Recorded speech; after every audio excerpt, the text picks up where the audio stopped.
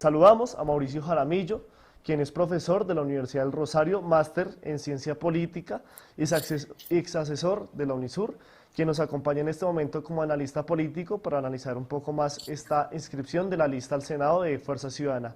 Mauricio, muy buenos días, ¿cómo te encuentras el día de hoy? Muy buenos días, Julián. Muchas gracias por la invitación. Listo, Mauricio, entremos en materia. El día de hoy se va a hacer esta inscripción de la lista de Fuerza Ciudadana al Senado. Obviamente, pues ya vienen haciendo una pedagogía con la recolección de firmas y pues con el manejo que ha hecho también Carlos Caicedo y otras personas en la gobernación del Magdalena y en la alcaldía de Santa Marta. Pero tú, como analista, ¿cómo ves pues la fuerza o la llegada de Fuerza Ciudadana a esta contienda política para el 2022? Bueno, hay que recordarle a la gente que en términos generales en Colombia, las fuerzas de la izquierda, del progresismo o independientes han estado siempre en desventaja.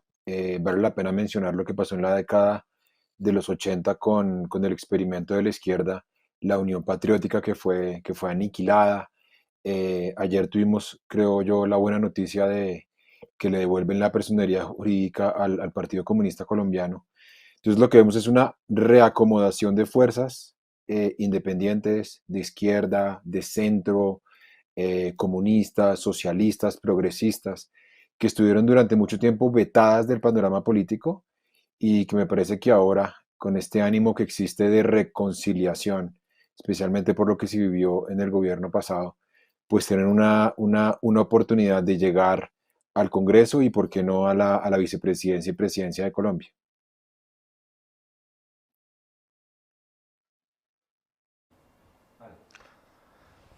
Llegó en este momento el precandidato al Senado, Rafael Martínez, en la ciudad de Santa Marta. Vamos a ver si de pronto hay conexión. No, creo que todavía no está. Qué pena con Mauricio. Mauricio, bueno, partiendo de esto que nos decías, de la representación de los movimientos de izquierda, que pues hasta este momento pueda que tienen como un protagonismo, ¿qué significa pues en este momento el progresismo, como así se ha titulado, bueno, se han acarreado muchos miembros de Fuerza Ciudadana y por supuesto que siguen también el proyecto de Gustavo Petro? ¿Qué significa que el progresismo pueda llegar al poder en el 2022? ¿Será que es posible? ¿Hay algún antecedente que pues marque una posible llegada de un sector de izquierda en Colombia? Un sector de izquierda no, es muy difícil por lo que mencionaba hace un rato. La izquierda estuvo proscrita, vetada, perseguida. Si bien hubo, creo yo, gobiernos liberales cercanos al progresismo, con el caso de Alfonso López Miquelsen, Ernesto Samper Pizano, pero en términos generales ha sido muy difícil. A ver, este progresismo que encarnan figuras como Carlos Caicedo, como Tobón, Holman Morris, el mismo Gustavo Petro, pues tiene una característica fundamental, y es que no es comunista, no es socialista, es una izquierda, si se quiere, moderada, de centro, que reivindica los derechos del medio ambiente, por ejemplo, que en el comunismo tradicional no aparecían los derechos de algunos grupos como la población LGTBI, afros, indígenas, la transición energética, que es muy importante hoy para el progresismo. Acordémonos que es uno de los estandartes de su discurso. Hoy, por ejemplo, el progresismo no preconiza, como en el caso del comunismo, una economía estatizada. El progresismo entiende que hoy hay economía de mercado, pero el Estado tiene que corregir esa economía de mercado cuando se trata de salud, cuando se trata de educación, cuando se trata de vivienda, porque pues la historia ha demostrado que el mercado es muy ineficiente para entregar esos bienes. Lo hemos visto ahora con la pandemia en la salud. Entonces creo que el progresismo apunta a eso, a corregir errores que cometió en el pasado la izquierda tradicional marxista comunista, también vinculados a la religión. Hoy pues lo veíamos ahorita cuando hablaban los candidatos de Fuerza Ciudadana, que hay una fuerza que es ecléctica, que es mucho más diversa y plural. Digamos, no hay esta ortodoxia que se veía en el comunismo. Entonces trata de una izquierda mucho más plural y centrista. Mauricio, quisiera preguntarte por, si se podría decir, un lema de los partidos y de las fuerzas alternativas, y es la renovación de un Congreso y de un Senado de la República a través pues, del voto popular en el 2022. ¿Qué tan factible es esto? Pues conociendo la maquinaria que durante años ha acompañado no solo a los presidentes, a la elección presidencial, sino más que todo a las elecciones de Cámara y de Senado. ¿Es posible esa renovación total y combatir estas maquinarias por parte de los movimientos alternativos? Pues es lo que uno esperaría. Hay un hastío, digámoslo así, especialmente en los jóvenes respecto del Congreso, respecto de la forma en que se hace la política en Colombia. Ahorita alguien lo mencionaba, esta ley Mordaza, por ejemplo, que tipifica los delitos de injuria y calumnia y que obviamente constituye una señal intimidante. El hecho, por ejemplo, de que el Congreso no hubiese tenido señales de austeridad en medio de la pandemia, el hecho, por ejemplo, que la presidenta del legislativo haya estado inmersa en un escándalo de plagio y no se haya dignado a renunciar, el hecho de que muchas veces el Congreso miró para otro lado cuando tenía que hacerle control político al gobierno de Iván Duque en plena pandemia, sugieren evidentemente unos jóvenes, sobre todo jóvenes, y sectores independientes que quieren cambiar. Lo vimos en noviembre de 2019 con estas múltiples manifestaciones que le exigían al Congreso, por ejemplo, hacer respetar los acuerdos de La Habana, que le exigían al Congreso avanzar, por ejemplo, en materia de medio ambiente, que le exigían al Congreso, digamos, que cumpliera su rol natural. Esto, digamos, que no ocurrió. Este año también tuvimos manifestaciones importantes, entonces lo que uno esperaría, Julián, es que toda esa indignación, toda esa sed de cambio y de renovación se exprese en las elecciones legislativas. No va a ser fácil porque, como tú lo mencionas, los partidos políticos tradicionales tienen maquinarias muy poderosas, pero yo sí pensaría que este es el momento en que tiene que contar el voto de los independientes, de personas que durante mucho tiempo se abstenían de votar porque básicamente no confiaban en el establecimiento colombiano. Pero creo que hoy la juventud, hoy los independientes, hoy los afro, las mujeres, la población del LGTBI, tiene más razones para confiar en que el voto efectivamente pueda redundar en un cambio significativo. ¿Qué significa que, por ejemplo, Gustavo Petro tenga la alternativa de que una fuerza progresista que pueda llegar al Congreso, independiente del pacto histórico como fuerza ciudadana, pues pueda ocupar al menos pues unas 3, 5 curules en el Senado de la República? Si da garantías para que si él eventualmente llega a la presidencia pueda pues continuar con esas reformas que quiera hacer. Todo depende de cómo sea la correlación de fuerzas en el Congreso. Con 5 o 6 curules va a ser muy difícil garantizar esa gobernabilidad, pero pues acordémonos que en Colombia afortunadamente tenemos un sistema de cortes digamos, que ha funcionado de manera independiente. Eso de todas maneras es una garantía con un Congreso que ha sido apático. Y hoy, no hay que olvidarlo, un Ministerio Público que está en manos del oficialismo. Hoy tenemos Fiscalía, Procuraduría y Contraloría con cabezas de personas que son muy cercanas al gobierno de Iván Duque. No se nos olvide, por ejemplo, el allanamiento que ordenó la Fiscalía a las instalaciones de Noticias Uno. Entonces, obviamente, si tú me preguntas hoy por condiciones, Julián, las condiciones hoy no están dadas. Hoy, acordémonos, se asesina a líderes sociales, hoy hay persecución a excombatientes de la antigua guerrilla de las FARC, hoy digamos que hay mucha autocensura en la prensa por hechos como el que acabo de mencionar de la Fiscalía, sigue habiendo persecución para partidos que ejercen la oposición. Lo que uno esperaría básicamente es que haya una señal contundente de la sociedad colombiana cuando se vote a mediados del próximo año y con esa señal contundente podamos recuperar un poco el espíritu de la Constitución del 91, porque Colombia es una democracia en buena medida por lo que se pactó en el 91. Estas fuerzas progresistas de las que tú me estás hablando, por ejemplo, en buena medida pretenden rescatar ese espíritu que se ha venido perdiendo en los últimos años. Acordémonos que cuando Uribe se aprobó la reelección, acordémonos que, insisto, en este gobierno se ha atacado la independencia del Ministerio Público. Acordémonos cómo tuvimos un procurador, Alejandro Ordóñez, hoy embajador en la OEA, que atacaba todos los días el Estado secular y laico, atacaba todos los días la Constitución del 91. Entonces hay que rescatar, y creo que un poco la idea, gane quien gane la elección presidencial, es que se rescate el espíritu de la Constitución del 91 seriamente amenazada por muchas de las decisiones que se han tomado en estos últimos 3 años. Ahora hablemos un poco de las personas que integran en este momento la lista de Fuerza Ciudadana y que pretenden, pues, de alguna manera darle esa fuerza que de pronto no tiene en materia de conocimiento en otras regiones. Sabemos que en el Magdalena tienen, pues, una importancia muy significativa por lo que ha hecho Birma Johnson en la alcaldía de Santa Marta y, por supuesto, Carlos Caicedo en la gobernación.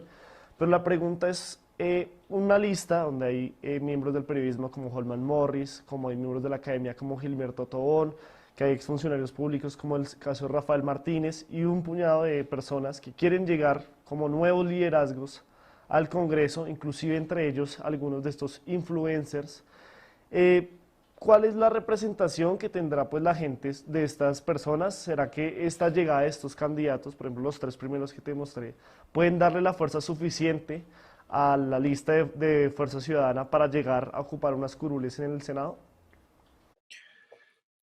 Mi opinión es que las fuerzas progresistas, una de las cosas que más las ha debilitado en América Latina es que llegan divididas, llegan fraccionadas y por llegar fraccionadas muchas veces no tienen la fuerza suficiente. Entonces, si me preguntas a mí de qué depende el éxito de Fuerza Ciudadana, sea en cabeza de Gilberto Tobón, de Carlos Caicedo, como ya ha ocurrido desde la gobernación y alcaldía con Birma Johnson, yo creo que está básicamente en la unión de todas las fuerzas progresistas e independientes. Acá tiene que haber, digamos, un gran pacto para hacerle un contrapeso a la derecha que ha sido hegemónica a lo largo de nuestra historia, que le ha hecho mucho daño precisamente a las fuerzas progresistas, pero obviamente una sola persona por aparte, por más virtuosa, por más representatividad que tenga, por más conocida que sea en el país, no va a poder hacer el cambio. Creo que el gran éxito, por ejemplo, de Caicedo y de Johnson en Santa Marta y Magdalena, respectivamente, es que se han aliado con otras fuerzas independientes y progresistas para visibilizar muchas de esos programas sociales que hoy son exitosos, para visibilizar incluso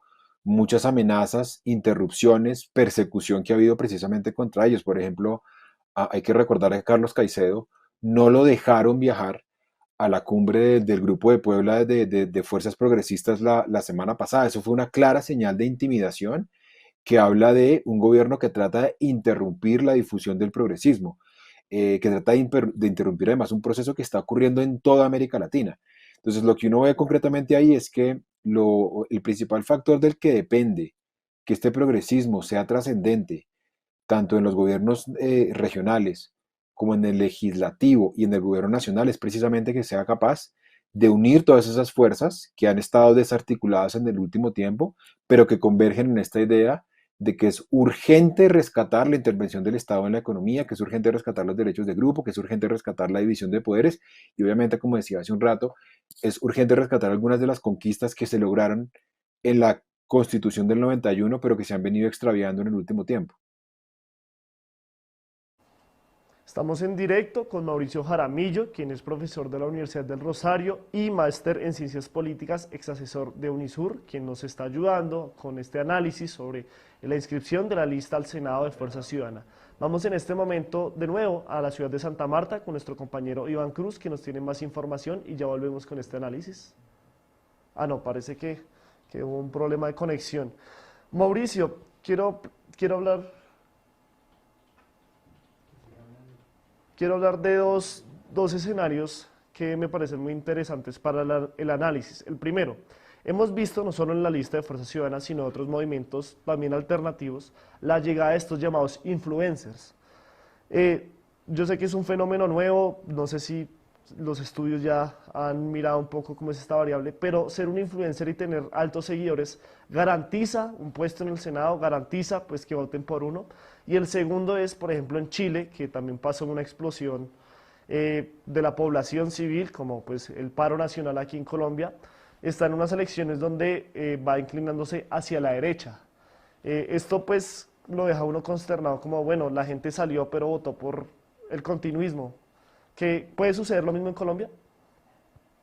Bueno, en cuanto a lo primero, no es suficiente porque muchas veces las redes lo que hacen es sobre representar a los votantes. Entonces, lo que ha demostrado, por ejemplo, algunos casos recientes de elecciones en América Latina, por ejemplo, eso pasó concretamente en el Perú, en el Ecuador, hasta cierto punto en Chile, no necesariamente personas que en las redes sociales tengan muchos seguidores, tengan una capacidad de convocatoria muy grande, son capaces de traducir eso necesariamente en una capacidad de votación. Luego está el caso del tercer candidato, Parisi, en Chile, que logró llegar en tercer puesto con más del 10% de los votos, haciendo una campaña exclusivamente por vía remota desde el exilio, porque pues él básicamente tiene una demanda de alimentos que hacen que no pueda estar en Chile. Entonces están los casos de Parisi, por ejemplo, que lo logró, pero no necesariamente es el de todos. Las redes sociales funcionan con una lógica muy distinta a la de la política, así el vínculo entre redes sociales y política que sea cada vez más estrecho, sobre todo porque muchas veces los jóvenes para expresarse y para informarse políticamente muchas veces prefieren las redes sociales que los canales tradicionales de participación o de información.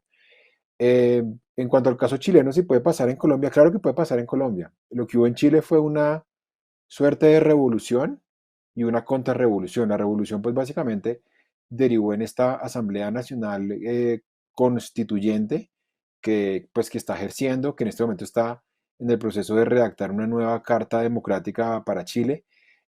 Pero creo yo que ahí hay dos cosas para tener en cuenta. Lo primero es que pues hay que aprovechar el momento de efusividad, hay que aprovechar ese momento y eso se fue enfriando poco a poco y la derecha lo fue aprovechando. Y en segundo lugar, creo que una cosa es una votación en la que la gente le pregunten si pretende refundar un sistema que cree que no funciona y la gente masivamente en el caso chileno dijo sí, con un récord histórico de participación. Y otra cosa es que a la gente le pregunten por candidatos. Y cuando le preguntan por candidatos ya hay 7, 8 opciones. En Chile había por lo menos 3 o 4 candidatas y candidatos del centro a la izquierda. Eso hizo que ese voto que salió de manera uniforme apoyando el sí a la Constitución a la hora de las elecciones se bifurcara, por ejemplo, entre Gabriel Boric, que llegó a la segunda vuelta, Marco Enríquez Ominami, el candidato de progresismo, Provost, que está en el centro de la izquierda, Parisi, que era un candidato antiestablecimiento, pero mucho más cercano de la derecha. Entonces, lo que en algunas consultas sale de manera homogénea, en las elecciones presidenciales, pues sale de manera mucho más fragmentada. Eso puede ocurrir en Colombia, de allí la necesidad, por eso yo mencionaba hace un rato, de que el progresismo, si quiere hacer mella, si quiere trascender, tiene que llegar lo más unido posible porque pues históricamente lo que lo ha debilitado son esas fragmentaciones. Muchas gracias, Mauricio. Ese análisis pues es muy importante frente a lo que pueda suceder en una contienda electoral en el 2022. En este momento pues estamos tratando de establecer nuevamente conexión con la ciudad de Santa Marta para saber un poco más cómo se lleva este evento. Pero quisiera saber un poco de tu concepto, si se marca una tendencia para una llegada a un gobierno progresista. Vemos lo que pasó en México, después como de 3, 4 elecciones que López Obrador por fin puede llegar a la presidencia. Netamente para nuestra audiencia, que es muy petrista, muy compenetrada con el programa que dispone Gustavo Petro, esa tendencia de pues, el progresismo también en Estados Unidos con Joe Biden, con López Obrador en México, con lo que pasó en Honduras hace poco, marca, y pues las encuestas últimas que pasaron en este momento, marcan una tendencia o la gente puede seguirse llevando por ese miedo de ese discurso que nos han implantado no solo en Colombia, sino a nivel Latinoamérica, del castrochavismo. Hoy, al 2022, diciembre del 2021, perdón, el castrochavismo sigue siendo un discurso permanente en la retina de la ciudadanía. Sí, para la derecha en América Latina siempre ha sido como una práctica electoral muy redituable. Ahora, cada vez menos redituable, si uno revisa lo que tú acabaste de decir. Yo complementaría los casos de Andrés Manuel López Obrador y Xiomara Castro recientemente en Honduras, el caso de Alberto Fernández en Argentina, donde se intentó lo mismo. Mauricio Macri para reelegirse en Argentina trató de hablar de que Alberto Fernández eh, haría una suerte de comunismo, que se acabarían las libertades individuales, que no habría economía de mercado, que la inversión extranjera se iría. Lo mismo se intentó en el caso de México con Andrés Manuel López Obrador y lo mismo con Xiomara Castro en Honduras. En Honduras, por ejemplo, venimos de un golpe de Estado en el 2009 en la cara de todos los latinoamericanos contra Manuel Zelaya y 12 años de gobiernos que lo que hicieron fue legitimar de las peores maneras ese golpe de Estado. Si uno mira el caso de Honduras, de México, de Argentina, de Bolivia también con Lucho Arce, lo que uno se da cuenta es que hoy América Latina tiene un electorado mucho más maduro, mucho más consciente. Además, es un electorado que le perdió un poco el miedo a las élites, al establecimiento, que no creen esos discursos de castrochavismo, básicamente porque creo que la gente hoy en día es capaz de entender que es muy diferente de lo que pasó en Venezuela. Creo que la gente está en la capacidad de entender lo que es una deriva autoritaria y creo que es capaz de diferenciar centro, izquierda, progresismo, etcétera. Hoy el progresismo en buena medida se ha reinventado. Lo vemos en Bolivia, lo vemos en Argentina, en Honduras, en México.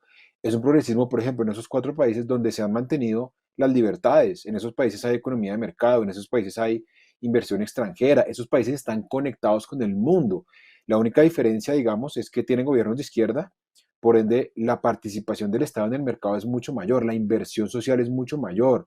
Esta idea de pluralismo pues es mucho más amplia en materia de derechos sexuales y reproductivos para las mujeres, reconocimiento de derechos de la población LGTBI, transición energética, que es un tema tan importante para las sociedades latinoamericanas.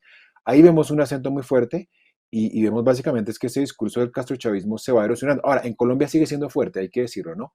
Hasta hace poco había gente en Colombia que todavía decía que había que prohibir el comunismo en pleno siglo XXI. Periodistas súper reconocidos y políticos muy reconocidos. Pero ahí está la labor de los medios de comunicación y de las redes sociales en deconstruir un poco esos discursos que llaman a la polarización, que llaman a la estigmatización y que, insisto, le han costado mucho, no a la izquierda, le han costado mucho a la democracia colombiana.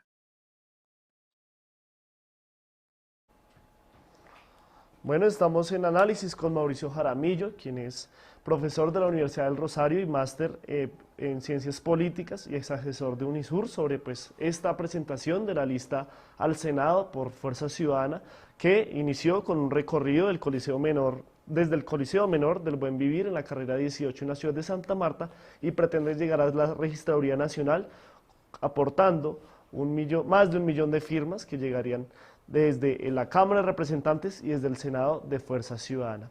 Hablando un poco de este sistema de recolección de firmas, de cómo hay el movimiento político, de lo que pasa con el caso Char, me salen dos preguntas para Mauricio, aprovechando pues estos momentos que tenemos en conexión, que estamos esperando en conexión con Santa Marta, y tiene que ver precisamente con esa maquinaria que también pues, se ha manifestado en la recolección de firmas.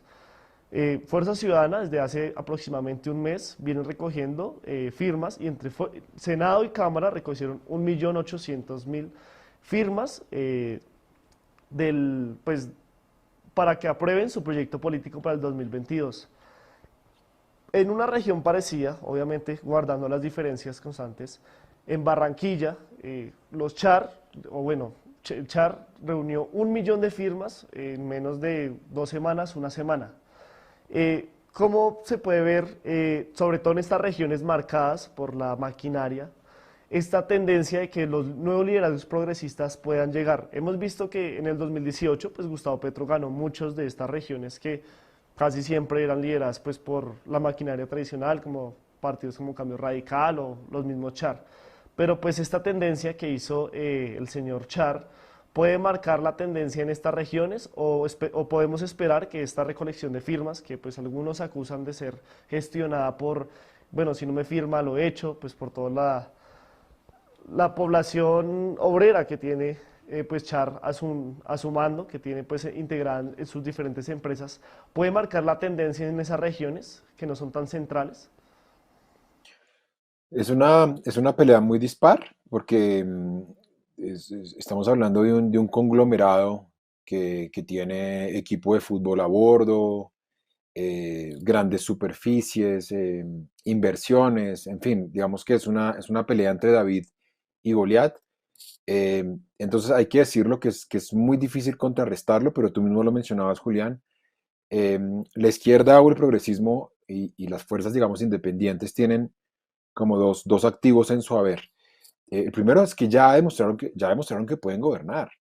O sea, a la izquierda antes le botaban un poco el fantasma del comunismo y decían, la izquierda nunca ha gobernado, es incapaz, la vinculaban con las FARC o la vinculaban con Cuba, pero hay que acordarnos que aquí, por ejemplo, en algunas ciudades hemos tenido gobiernos exitosos de izquierda, por ejemplo, eh, Navarro Wolf en Nariño, varias administraciones progresistas en Bogotá.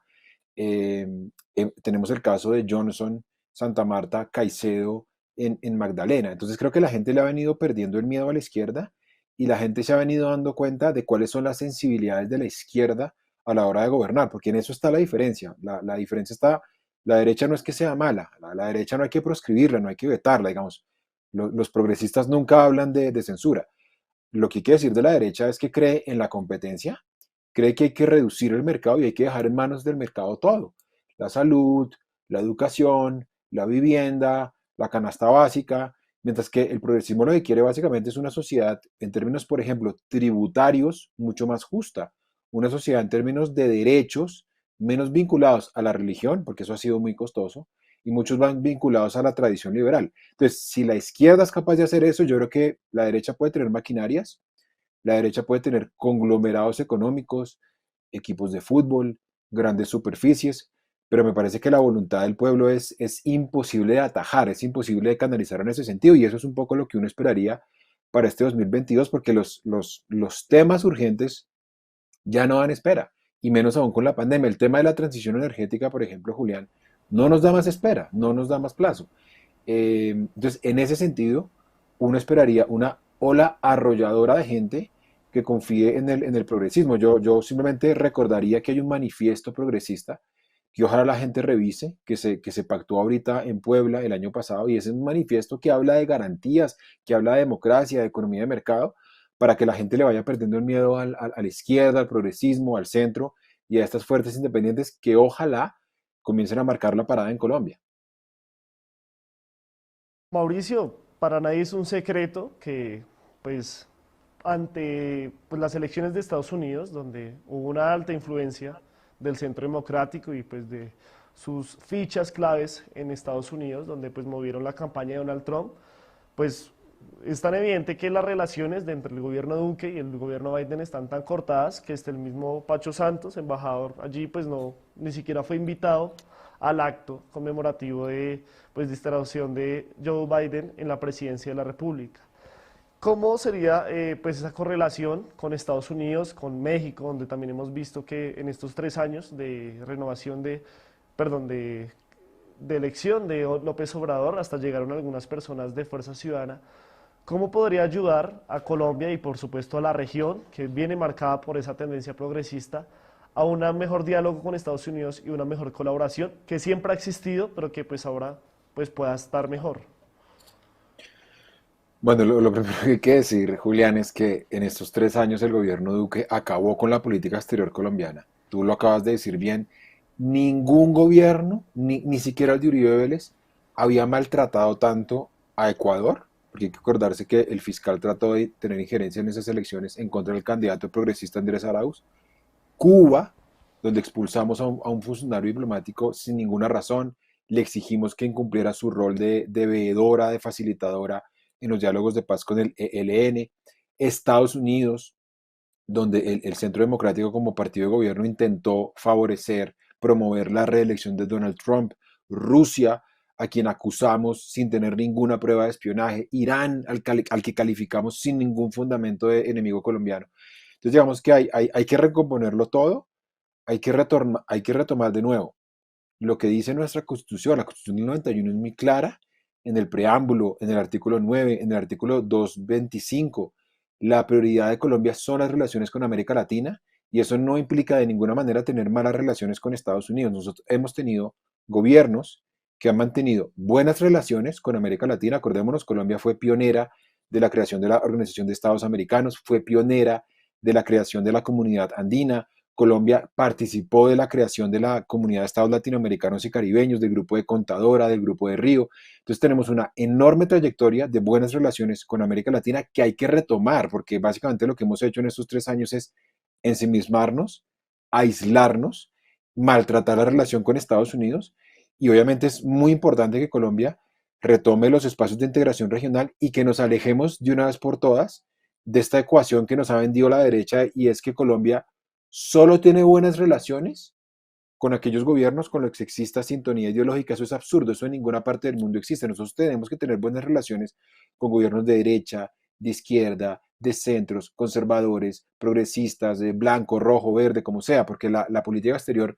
no puede depender del color del gobierno de turno, que es una idea, insisto, que es nueva en Colombia, porque, insisto, esto no había pasado, y que habla también de otro de los grandes maltratos de este gobierno a uno de los puntos esenciales de la Constitución del 91, que era tener relaciones con el mundo mucho más equilibradas, especialmente cuando necesitamos de cooperación internacional para el posconflicto, para el relanzamiento económico pospandemia, y en tercer lugar en materia de medio ambiente. Colombia no sale sola de ninguno de esos tres temas y necesita una comunidad internacional a la que ha renunciado en estos 3 años de gobierno de Iván Duque.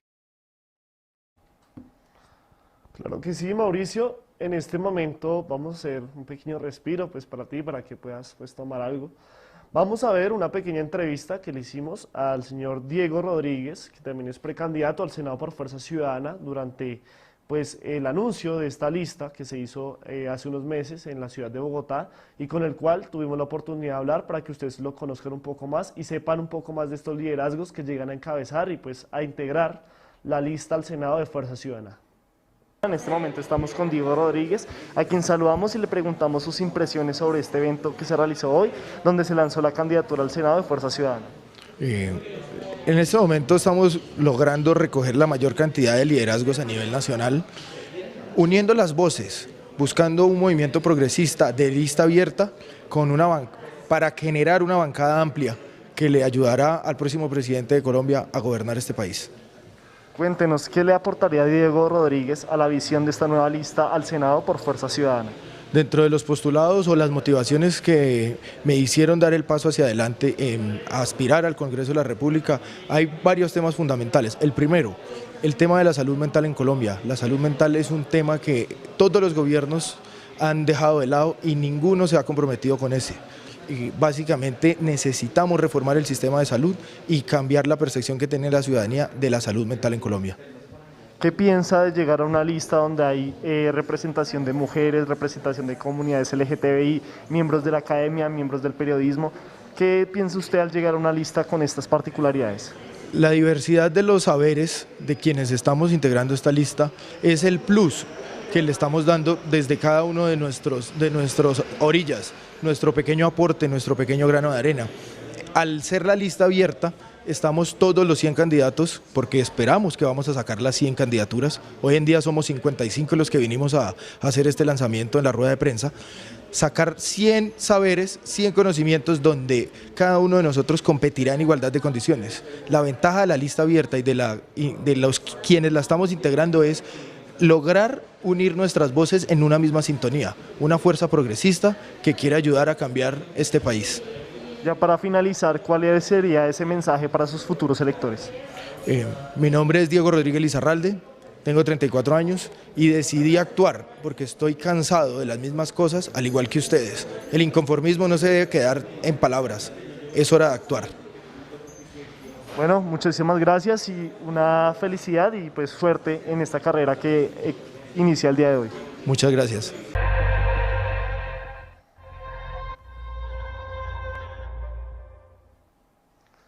Bueno, en este momento les agradecemos a todas las personas que siguen conectadas con esta transmisión especial del Tercer Canal. Recordamos, por favor, compartir esta transmisión, darle like a este video y, por supuesto, acompañarnos hasta el final de esta transmisión, donde estaremos siguiendo el recorrido que está haciendo el Movimiento Fuerza Ciudadana en la ciudad de Santa Marta para entregar más de 1 millón de firmas para inscribir su lista al Senado para el 2022. En este momento seguimos con el análisis de Mauricio Jaramillo, profesor de la Universidad del Rosario y máster en Ciencias Políticas.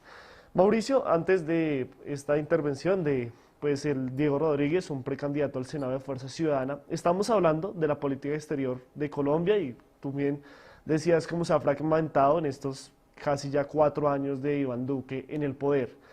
Hemos visto pues, que sigue la injerencia en las elecciones de parte de las fichas claves del uribismo en Estados Unidos, como es el caso de María Elvira Salazar, la representante de la Cámara, quien habló de Gustavo Petro en una oportunidad en el Congreso y pues que no, pues afortunadamente la persona que estaba ahí del gobierno Biden pues no le siguió el juego y solo pidió que en Colombia se hicieran unas elecciones transparentes. Así como hubo injerencia en las elecciones, de parte de Colombia en las elecciones de Ecuador, de Estados Unidos, bueno, en diferentes regiones de Sudamérica y de América Latina, es probable que hagamos una injerencia de pronto del trumpismo o de otra fuerza política ajena a la colombiana en las elecciones del 2022? Yo creo que ahí hay que recordar dos cosas y una es que la voz oficial de Estados Unidos la tiene, en este caso, la cabeza del Departamento de Estado, que es Anthony Blinken, y obviamente el presidente Joe Biden, y ninguno de los dos de ninguna manera han insinuado que en caso de que gane la presidencia una candidata o un candidato de izquierda, Estados Unidos no tendría buena relación con Colombia de ninguna manera. O sea, no lo han advertido y lo que uno esperaría concretamente es que gane quien gane, Fajardo, Márquez, Petro, el que sea, la relación con Estados Unidos tiene que ser buena y creo que Estados Unidos está preparado para ello. Luego, ¿qué pasa? Que Estados Unidos ha vivido un proceso de radicalización, especialmente en el Partido Republicano. Uno ve algunas figuras del Congreso que advierten sobre la posibilidad de que si gana cierta candidata o cierto candidato, pues obviamente a ellos les asusta, porque les asusta la izquierda, les asusta el pluralismo, les asustan, por ejemplo, los reconocer la titularidad de las mujeres en sus derechos sexuales y reproductivos, les asusta enormemente la igualdad de derechos para la población LGTBI, les asusta enormemente el discurso sobre los derechos humanos y la intervención del Estado en la economía, pero de ninguna manera eso se puede leer como una señal o como una advertencia de que Estados Unidos impondría sanciones en contra de Colombia en caso de que sus candidatos lleguen. Ese es el discurso de la derecha, hay que recordárselo a la gente. Eso es lo que dice el Centro Democrático. Entonces el Centro Democrático dice, si mañana gana las elecciones un candidato de centro, un candidato de centro izquierda o un candidato de izquierda, se acabaron las buenas relaciones con Estados Unidos. Eso no es cierto y pongo el ejemplo de Andrés Manuel López Obrador. En este momento Estados Unidos y México tienen una excelente relación. Argentina y Estados Unidos tienen una excelente relación. Estados Unidos tuvo relaciones muy buenas, armoniosas, con los gobiernos socialistas de Ricardo Lagos en Chile y Michelle Bachelet del Partido Socialista, herederos del legado de Salvador Allende. Entonces, América Latina está llena de casos donde Estados Unidos ha sido respetuoso de la voluntad popular, especialmente su presidente y su departamento de Estado, y no puede caer en el juego de estas fuerzas de extrema derecha en su Congreso. Y a su vez hay que recordar que la política ha cambiado mucho. Acordémonos que así como hay la representante Salazar, también está Bernie Sanders, también está Alexandra Ocasio-Cortez, que son, creo yo, amigos del progresismo en América Latina y en varias ocasiones han hablado de la necesidad de que en América Latina se reconozcan estos derechos y que se respeten los derechos de la izquierda, del centro y del progresismo. Entonces, digamos que yo pensaría que estamos todavía muy lejos de que en Estados Unidos esta fuerza trumpista sea absolutamente hegemónica. Puede que sea la más poderosa, porque tiene los medios de comunicación, tiene mucho dinero, tiene el gran capital, lo que algunos denominan la América corporativa. Pero en Estados Unidos también hay una fuerza progresista que está ganando terreno, por eso pongo los casos de Ocasio Cortés y de Sanders, y que tuvo muchísimo que ver, ojo, en la elección de Joe Biden y en la derrota de Donald Trump. Ya para finalizar, para que pues pueda ir a descansar y continuar con todos estos, le tengo dos preguntas y quiero hacerlas de manera separada para que pues yo sé que pues también es una respuesta que debe ser ampliada. La primera es que hay otro lema también de los movimientos alternativos y pues de la política en este momento, en el actual 2021, que tiene que ver con el papel de la mujer en pues estas próximas elecciones y por supuesto en la integración de las listas al Senado, en la presidencia, en todo, con liderazgos femeninos, como el que acabamos de ver hace un rato de Alila Hernández y otras mujeres que integran la lista al Senado de Fuerza Ciudadana. Quisiera saber por ese impacto real que tendrá el valor femenino o las mujeres en las elecciones del 2022, tanto a Cámara, Senado o a la misma presidencia, pues en Colombia y pues en todo lo que tiene que ver con la carrera electoral.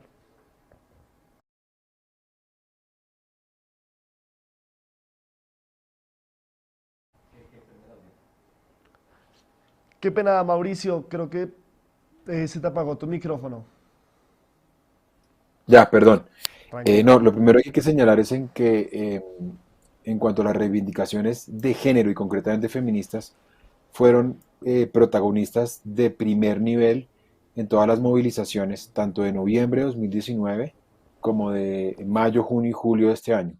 Reivindicaciones ligadas a la violencia que se ejerce contra la mujer, la falta de representatividad, promesas incumplidas y obviamente la falta de reconocimiento de derechos sexuales y reproductivos. Eso lo vimos no solamente en Colombia, sino en general en América Latina, donde hay una ola feminista que está cada vez siendo más incidente en la política.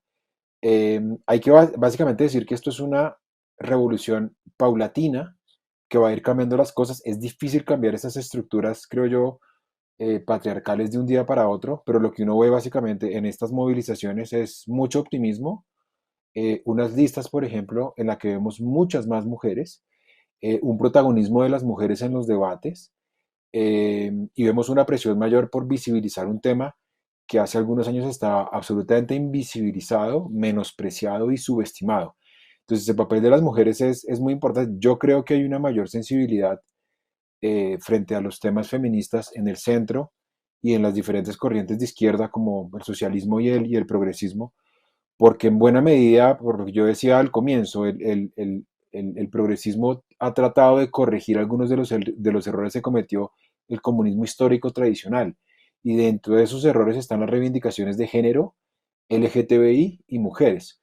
Entonces, aunque no toda la causa feminista se puedan causar dentro del progresismo, sí me parece que hay mayores compatibilidades y eso hace prever por una agenda feminista mucho más visible a partir de 2022. Claro que sí, Mauricio, y la pregunta ya para finalizar, que muchas personas nos vienen haciendo aquí en el chat, y es si eventualmente Gustavo Petro llega a la presidencia, hay un cambio, porque pues la izquierda nunca ha llegado al poder en Colombia, sería muy factible que el sucesor clave o bueno, que se perfila más como el sucesor clave del progresismo en Colombia, aparte de Gustavo Petro, pueda ser Carlos Caicedo, después de su trabajo en la alcaldía y en la gobernación del Magdalena. Es una pregunta muy difícil. Bueno, lo primero es, em, uno de los instrumentos, mecanismos que utiliza la derecha para crear pánico alrededor de la izquierda, del progresismo, de todas estas fuerzas o independientes, es básicamente decir que el progresismo es mesiánico, que el progresismo es autoritario, que cree en una sola figura. Entonces creo que lo más importante aquí es centrarse en que el progresismo es un movimiento que obviamente depende de liderazgos. Yo creo que ese liderazgo es accidental. Ese liderazgo hoy obviamente se le reconoce a Gustavo Petro por dos razones. Por su trabajo histórico, hay que acordarse que aquí una de las personas que destapó el escándalo de la parapolítica y se jugó la vida cuando mataban todos los días a políticos fue precisamente Gustavo Petro. Y en segundo lugar, porque sacó una elección representativa, la mayor de la izquierda en su historia. La izquierda había tenido siempre un tope de 2 millones, que con Gustavo Petro se sobrepasó. Eso lo ponía a él, le da un mandato natural de ser la cabeza de la oposición y obviamente la cabeza del progresismo. Entonces me parece que es algo que él tiene un mandato absolutamente irrefutable desde el punto de vista de la historia y de la matemática electoral. Luego, ¿quién puede renovar ese mandato? Obviamente uno pensaría en figuras que vengan de la política local, básicamente confirmando un poco esta idea que yo decía al comienzo de que el progresismo tiene que demostrar que sabe gobernar, un poco para combatir esta idea de que el progresismo es demagogia, de que el progresismo es autoritarismo, es improvisación, y cuando uno ve básicamente el experimento de Carlos Caicedo, que venció a las élites en Magdalena, lo cual es un mérito enorme, mayor, porque ahí básicamente se trata de combatir unos cacicazgos que se habían pues apoderado de la política. Uno podría pensar efectivamente en un experimento que ha salido bien, que ha funcionado. Uno además, creo yo, esto ya es absolutamente personal, creo que Carlos Caicedo está en sintonía con lo que está pasando en materia regional con el progresismo. Es decir, yo hablaba hace un rato del Grupo de Puebla. Hay que recordar a la gente que el Grupo de Puebla, en su última declaración que salió la semana pasada, ojalá la gente tenga tiempo de leerla, hay un párrafo destinado precisamente a Carlos Caicedo y a Vilma Johnson. Entonces, uno podría pensar que por su trayectoria política local, su lectura regional y un poco la necesidad de renovar las fuerzas progresistas, Carlos Caicedo puede ser una buena alternativa, pero yo pienso que eso debe depender del movimiento, porque lo más importante para que el progresismo sobresalga, para que el progresismo trascienda, es que, es que sea un movimiento realmente donde las bases puedan decidir, como ha ocurrido hasta ahora con Fuerza Ciudadana y con el progresismo con Gustavo Petro. Mauricio, bueno, muchísimas gracias por acompañarnos durante esta transmisión. Sé que pues es un poco complejo por temas de agenda y demás, pero gracias por este espacio. Muy buenas reflexiones aquí hemos tenido contigo. La gente pues desde el chat te puedo asegurar que te han mandado muchos saludos, muy pertinentes los Gracias. aportes que has hecho. Agradecerte por estar acá, si quieres ya dar una reflexión final de este lanzamiento de la lista Fuerza Ciudadana y esperar que no sea ni la primera ni la última vez que te tengamos acá. Bueno, nada, muchas gracias por la invitación y nada, decirle a la gente, invitarla a desarmar esos discursos de miedo, El progresismo en Colombia estuvo proscrito mucho tiempo. No se nos olvide que aquí aniquilaron un partido político. Aquí a la izquierda se le han cerrado todos los espacios sistemáticamente de manera deliberada y por primera vez en la historia, estamos a puertas de que Colombia tenga un Congreso con una fuerza representativa progresista y, ¿por qué no?, enfrentar la posibilidad de tener un presidente o presidenta progresista. Entonces, me parece que tenemos que estar a la altura de las circunstancias e invitar a la gente a participar masivamente, a votar, a reproducir y a seguir combatiendo un poco el discurso de la derecha y a seguir convenciendo de que el progresismo es una fuerza viable y compatible con la democracia. Si usted quiere recibir los contenidos del Tercer Canal, suscríbase y también ahí donde está la campanita para que lleguen todas las notificaciones de la agenda alternativa. Somos el Tercer Canal, la voz de los que no tienen voz.